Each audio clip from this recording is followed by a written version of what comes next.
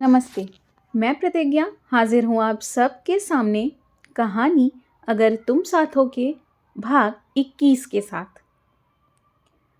रज्जन ये सब कुछ खुद किसी चमत्कार की तरह देख रहा था। धानी के पिता जो खुद अपनी लड़की की मोबाइल से चिपके रहने की आदत से परेशान थे, वो उसे सुधार केंद्र में भर्ती कराने हुए आए थे। सुबह 10 बजे फैक्ट्री के बड़े हॉल में अजीब सा नज़ारा था। एक तरफ 30-35 लड़कियां और औरतें सिर झुकाए बैठी थीं, जिन्हें उनके घर वाले यह कहकर छोड़ गए थे कि आज से तुम्हारी अकल ठिकाने आएगी।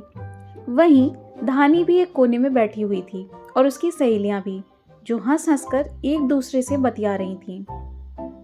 कुछ भी हो, वैसे अगर बाबा से पूछ के आते ना तो तुम में से किसी के घर ना जाने देते, लेकिन देखो तो यहाँ अब हम सब साथ हैं। कितना मजा आएगा, हम यहाँ रोज मिलेंगी। ये सुनकर उसकी सहेलियां भी खिलखिला दी। धानी का पुराना गुस्सा छू मंतर हो चुका था। दूसरी तरफ गांव के कुछ पुरुष बाहर चबूतरे पर हुक्का गुड़गुड़ा रहे थे और रज्जन से कह रहे थे, भैया जरा सख्ती बरतना, रोटी गोल नहीं होती इसकी, बस दिन भर फोन में घुसी रहती है। आकाश मौका पाते ही उठकर उनके पास आ बैठा। काका, एक हाथ से तो खैनी भी नहीं बनती ना।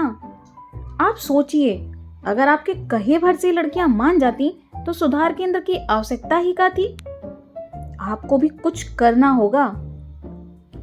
आकाश ने ऐसे जासूसी अंदाज में कहा कि काका को बड़ा इंटरेस्ट आने लगा। बात तो तुम सही कह रहे हो भैया, काका एक हथेली पर खैनी रखकर उंगलियों से उसे मलते हुए बोले।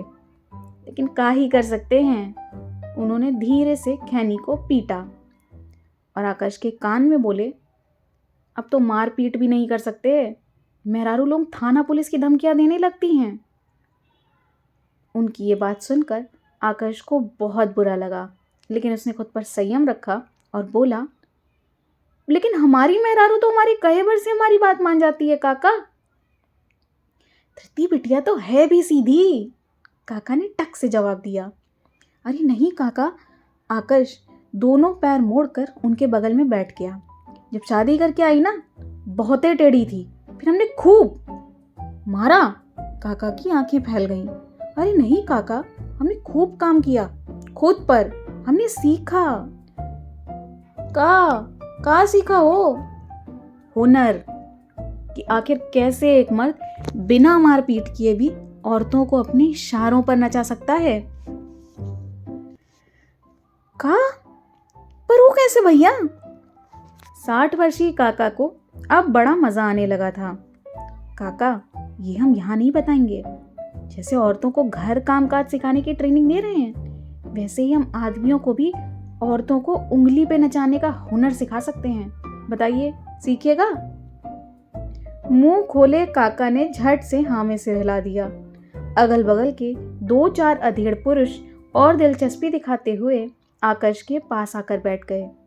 कल से फैक्ट्री के पास वाले आउट हाउस में मर्दों का ट्रेनिंग होगा, कहिए मंजूर है?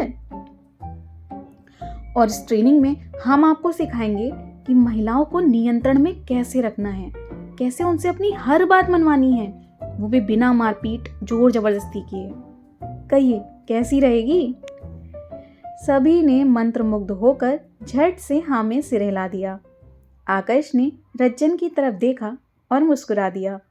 रज्जन झट समझ गया कि उसका काम मरने वाला है। उसी दिन फटाफट आउट हाउस का भी रंग रोगन करा दिया गया, क्योंकि अगले दिन से वहां मर्दों की गुप्त ट्रेनिंग जो शुरू होने वाली थी।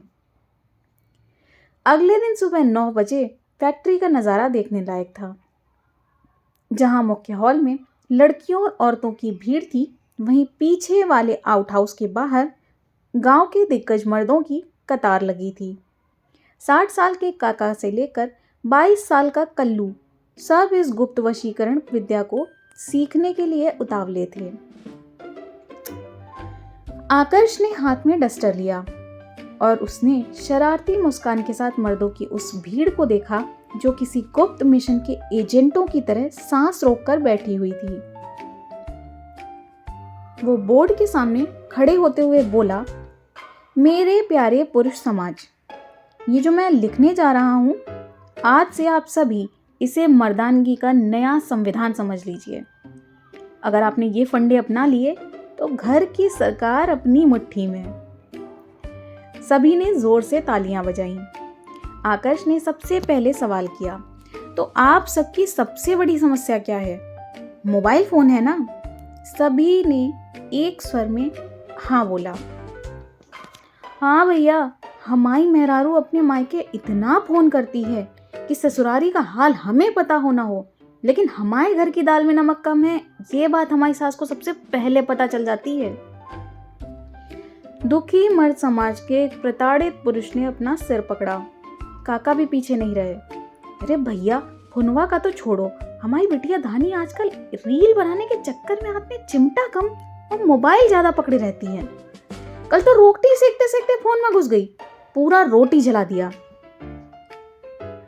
आकर्ष ने हाथ उठाकर सबको शांत किया और ब्लैक बोर्ड पर चौक से खचाखच पहला सूत्र लिखा, कीप देम इंगेज। कीप माने रखिए, देम माने उन्हें, एंगेज माने व्यस्त। ओ वो कैसे होगा बिटवा? पास बैठे काका बोल पड़े। होता यूं है काका, जब हम मर्द घर में घुसते ही ताश पत्ती खेलने लगते हैं या फ्री होकर हुक्का गुड़गुड़ाने लगते हैं, तो घर की औरतें सोचती हैं, जब ये काम से खाली होकर मनोरंजन कर सकते हैं तो हम क्यों नहीं? पता है इस मामले में मैंने क्या किया? जब भी धृति फोन उठाती, मैं उसके सामने कोई भारी भरकम किताब पढ़ने लगता, या फिर अलमारी को ठीक करने लगता, या बिस्तर सही करने लग जाता, और कुछ नहीं तो मैं पास बैठकर उससे बातें करने लग जाता। अच्छा, फिर से क्या हुआ? काका ने उत्सुकता से पूछा। हुआ ये काका कि उसे अपराध बोध होने लगा जब वो देखती कि उसका पति घर को सुधारने में लगा है और वो बस मोबाइल पे अंगूठा घिस रही है, तो उसे खुद ही शर्म आने लगी। पर ये तो बस शुरुआत थी, धीरे धीरे उसने फोन चलाना बिल्कुल बंद ही कर दिया। कहा, सच में भैया? पुरुष समाज धीरे धीरे सम्मोहित हो रहा था। हाँ और क्या, खरबूजे को देखकर ही तो खरबूजा रंग बदलता है, तो फिर आप सब खरबूजे बन जाइए, फिर देखिए घर के बाकी खरबूजों के हाथों से फोन कैसे छूटता है। ये तो बड़े पते की बात बताई तुमने बाबू, पर केवल इतना ही समस्या नहीं है ना। एक दूसरे सज्जन पुरुष बोले, हमारी घरवाली लट खाकर भी सही नमक मिर्च की सब्जी ना बना पाती, कितनी ही बार झड़क चुके हैं, सुधरने का नाम ही नहीं लेती। अच्छा, आकर्ष ने एक हाथ पर दूसरा हाथ रखते हुए कहा, इसका उपाय तो बड़ा ही आसान है। वो का? आकर्ष थोड़ा आगे बढ़कर उनके पास जाते हुए बोला, आप एक बार उन्हें अपने हाथों से ठीक ठीक अंदाज करके नमक मिर्च डालना सिखा दीजिए, फिर वो उसे याद रखेंगे। सज्जन बका गए। पर हमको कहाँ आता है सब्जी बनाना? खाना पीना बनाना तो औरत लोगों का काम है ना। उनकी बात सुनकर सभी ने हाँ में हाँ मिलाई और तालियां बजाने लगे। आकर्ष समझ गया उसे बहुत ज़्यादा ही काउंसलिंग की ज़रूरत पड़ेगी। तो ये था कहानी अगर तुम साथ हो का भाग 21। जल्द ही मिलते हैं कहानी के अगले भाग के साथ। सोमवार की प्रतीक्षा कीजिए। तब तक के लिए आप सभी का धन्यवाद।